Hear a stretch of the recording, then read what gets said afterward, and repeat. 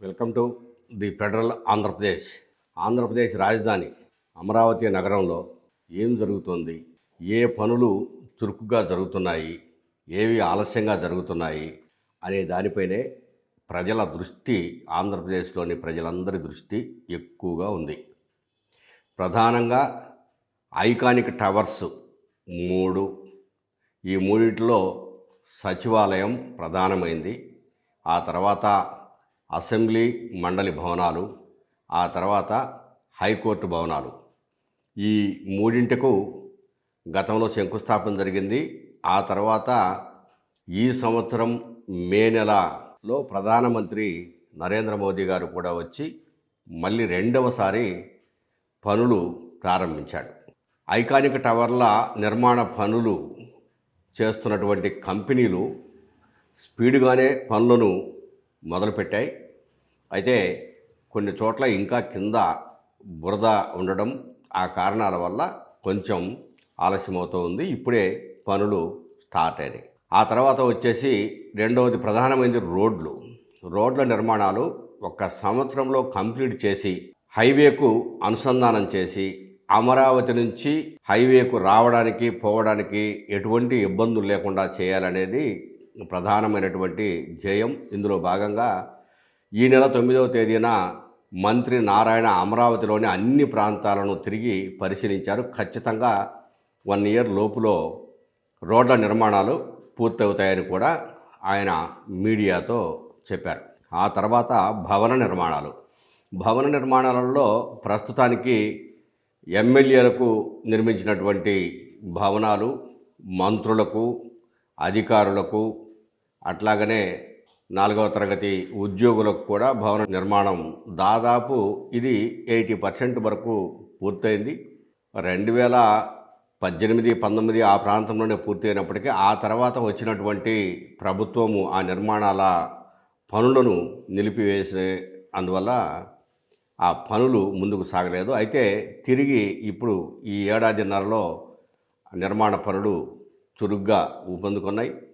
ఈ లోపులోనే సిఆర్డిఏ కార్యాలయాన్ని మొదలుపెట్టి నిర్మాణాన్ని పూర్తి చేయడం కూడా ప్రభుత్వం తీసుకున్న చర్యల్లో ప్రధానమైంది.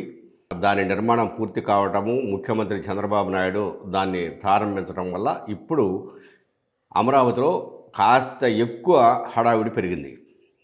వెహికల్స్ అన్నీ కూడాను ఈ సిఆర్డిఏ కార్యాలయానికి ఎక్కువగా వెళ్తున్నాయి. సిఆర్డిఏ కార్యాలయంలో సిఆర్డిఏ ఆఫీస్తో పాటు మరో 1-2 కార్యాలయాలు కూడా ఉండడం వల్ల వందల సంఖ్యలోనే వాహనాలు సిఆర్డిఏ కార్యాలయ ఆవరణ అంతా హడావిడిగా ఉంది. ఆ తర్వాత రోడ్లకు ఇరువైపులా ఈ పైప్ లైన్లు మంత్రి నారాయణ గారు 9వ తేదీన జరిగిన మీడియా సమావేశంలో మాట్లాడుతూ మొత్తం 30% పైప్ లైన్లు నిర్మాణం పూర్తయింది. ఈ మిగిలింది ఈ 1 ఇయర్ లోపల దాదాపు కంప్లీట్ అయిపోతుందని చెప్పారు. సిడి యాక్సెస్ రోడ్డు అక్కడక్కడ ల్యాండ్ సమస్యలతోటి ఇంకా పూర్తి కాలేదు. అది పూర్తయితే కానీ హైవే నుంచి నేరుగా కనెక్షన్ ఏర్పడుతుంది. అలాగనే కేడబ్ల్యూడి కెనాల్ అంటే కృష్ణానదిలో నుంచి గుంటూరు, అట్లా ప్రకాశం ఈ జిల్లాలకు నీరందించే కృష్ణా వెస్ట్రన్ డెల్టా కెనాల్ పైన ఒక స్టీల్ బ్రిడ్జి నిర్మాణం జరుగుతుంది. దాదాపు ఇప్పటికే ఒక 20% వరకు నిర్మాణం పూర్తయింది. టవర్లు ఏర్పాటు చేస్తున్నారు కాలువ మీద. ఒకవైపున టవర్లు దాదాపు పూర్తి కావచ్చే, రెండో వైపున కూడా టవర్లు మొదలు పెట్టాల్సి ఉంది. ఆ తర్వాత అమరావతి ప్రాంతంలో నిలబడేటువంటి వర్షపు నీరు కానీ, మురుగునీరు కానీ ఏదైనా అమరావతి ప్రాంతంలో నిల్వ ఉండే నీటిని వాగు ద్వారా కృష్ణానదిలోకి తరలించే ఒక ప్రాజెక్ట్ ఆల్రెడీ ఇప్పుడు కొండవీటి వాగుపై ఒక ఎత్తిపోతల పథకం ఉంది. దీంతోపాటు మరొక ఎత్తిపోతల పథకాన్ని దాని పక్కనే నిర్మించడానికి ప్రతిపాదనలు తయారు చేశాడు. ఇంకా దానికి స్థలం కేటాయించి నిర్మాణ పనులు మొదలు కాలేదు. అదేవిధంగా కొండవీటి వాగుపై ఈ కృష్ణా బ్యారేజ్ నుంచి మనం కరకట్ట మీదుగా సచివాలయానికి వెళ్ళేటప్పుడు ఆ కొండవీటి వాగుపై జస్ట్ ఇప్పుడు ఉన్నటువంటిది ఒక చిన్న వంతెన. ఒక వాహనం పోతే రెండవ ఫోర్ వీలర్ వచ్చేందుకు అవకాశం లేదు. దానికి ప్రత్యామ్నాయంగా పక్కన 4 లైన్ల బ్రిడ్జి నిర్మించడానికి కూడా ప్రతిపాదనలు తయారైనాయి. త్వరలోనే ఆ బ్రిడ్జి నిర్మాణ పనులను కూడా మొదలుపెడతారు. మొత్తం మీద 74 పనులు ప్రస్తుతం అమరావతిలో టెండర్లు పూర్తయి నిర్మాణం జరుగుతున్నాయి. ఈ 74 పనులకు 50,000 కోట్ల రూపాయలు టెండర్లు పిలిచారు. ఇంకా కొన్ని పనులకు టెండర్లు పిలవడానికి కార్యక్రమాన్ని రూపొందించారు. ప్రధానమైనది ఆంధ్రప్రదేశ్లో రాజ్భవన్. ప్రస్తుతము విజయవాడలో ఈ రాజ్భవన్ ఉంది. దీనిని పేరు మార్చి లోక్ భవన్గా పిలుస్తున్నారు. ప్రస్తుతము ఏపీలో అంటే భారతదేశంలోనే దాదాపు ఒక 6 రాష్ట్రాలలో లోక్ భవన్గా పేరు మార్చేశారు రాజ్భవన్లను.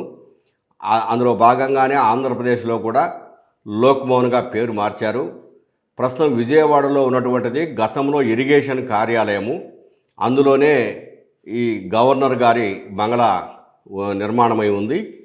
ఇది కాకుండా ఇది ఇలాగే వదిలేసి అమరావతిలో ప్రత్యేకంగా లోక్ భవన్ నిర్మాణానికి స్థలం కేటాయింపు కూడా జరిగింది. ఈ నెల 11వ తేదీన జరిగినటువంటి మంత్రివర్గ సమావేశంలో నిర్ణయం తీసుకొని లోక్ భవన్ నిర్మాణాన్ని త్వరగా పూర్తి చేయాలని కూడా చెప్పేసి నిర్ణయం తీసుకున్నారు. అట్లా ప్రతి పని కూడా అమరావతిలో శరవేగంగా సాగుతున్నాయి. 2029 నాటికి ఖచ్చితంగా మేము నిర్మాణాలన్నింటినీ పూర్తి చేస్తాం, పరిపాలన కొత్త భవనం నుంచే ప్రారంభిస్తామని ముఖ్యమంత్రి చెబుతూ ఉన్నాడు. మొదటి విడత పూలింగ్కు సంబంధించి 29 గ్రామాలలో దాదాపు 33,000 ఎకరాలు ప్రైవేటు భూములను స్వాధీనం చేసుకోవడం జరిగింది. అట్లాగనే ఇంకా కొంత అంటే మొత్తం మీద 45,000 ఎకరాల ప్రభుత్వ భూములతో కలిపి ఇప్పుడు మొదటి పూలింగ్ కింద అమరావతి కిందకి వచ్చినాయి. రెండవ దశ పూలింగ్ కింద 20,000 ఎకరాలు సేకరించడానికి నోటిఫికేషన్ జీవో జారీ అయింది. అందులో కేవలం పట్టా భూములు 16,666 ఎకరాలు ఉన్నాయి. ముందు ఈ పట్టా భూములను తీసుకుంటున్నారు. తర్వాత ప్రభుత్వ పోరంబోకు భూములు కానీ దేవాలయ భూములు కానీ ఇవన్నీ సాధారణంగా ప్రభుత్వం తీసుకునే భూములు. ఈ ప్రక్రియ వేగంగా జరుగుతుంది. ఇప్పటికీ యాండ్రాయి గ్రామము ఇంకొక గ్రామంలో కూడా మంత్రి నారాయణ గారు ప్రత్యేకంగా ఆ రైతులతో సమావేశమయ్యి వాళ్ళతో మాట్లాడేసేసి భూములు ఇవ్వడానికి సానుకూలంగా ఉన్నారని చెప్పేసి నారాయణ గారు చెప్తున్నారు. ముఖ్యమంత్రి కూడా మంత్రి నారాయణ గారితో ప్రత్యేకంగా సమావేశమయ్యి చర్చించి రైతులకు ఏవైనా సమస్యలు ఉంటే ఒక తాటి మీద అందరూ కలిసి రమ్మని చెప్పండి, తప్పనిసరిగా మాట్లాడి వాళ్ళ సమస్యలు తీరుద్దాము. ఈ రెండో విడత భూ సమీకరణ వేగంగా అయిపోవాలి. అది అయిపోతే మనకు స్పోర్ట్స్ సిటీ లేకపోతే రకరకాల కాంప్లెక్స్ల నిర్మాణానికి మనకు ఈజీ అవుతుంది. గుంటూరుకు రాకపోకలు కూడా చాలా స్పీడ్ అవుతాయని చెప్పేసి ముఖ్యమంత్రి నారాయణ గారికి చెప్పారు. ఈ నేపథ్యంలో అమరావతి రాజధానిలో జరుగుతున్నటువంటి భూ సమీకరణ పనులు కానీ అట్లాగనే రకరకాల నిర్మాణ పనులు కానీ అదేవిధంగా పలు కంపెనీలకు కేటాయించినటువంటి స్థలాల్లో ఆ కంపెనీలు నిర్మాణ పనులు మొదలు పెట్టాలనే ఆలోచనతో అడుగులు వేస్తున్నాయి. ఇప్పటికే కొన్ని కంపెనీలకు ముఖ్యమంత్రి ఆ తర్వాత విద్యాశాఖ మంత్రి నారా లోకేష్ గారు ఆల్రెడీ భూమి పూజ చేసున్నారు. ఇంకా కొన్ని కంపెనీలకు కూడా భూమి పూజ చేయడానికి రెడీ అవుతున్నారు. అవన్నీ కూడాను జనవరిలో ఎక్కువ శాతము ఈ ప్రైవేటు కంపెనీలకు సంబంధించినటువంటి పరిపాలనా భవనాల నిర్మాణాల కోసం భూమి పూజ జరిగే అవకాశం ఉంది. అమరావతి ప్రాంతంలో నిర్మాణాలు శరవేగంగా జరుగుతున్నాయనేందుకు ఇదొక ఉదాహరణ. అయితే ప్రభుత్వము 29 నాటికి కంప్లీట్ చేస్తుందా, పరిపాలన కొత్త సచివాలయం నుంచి ప్రారంభమవుతుందా అనేది మాత్రము అది నిపుణులు సైతం చెప్పలేకపోతున్నారు. ప్రభుత్వం అయితే ధీమాత ఉంది. ఏం జరుగుతుందో చూద్దాం.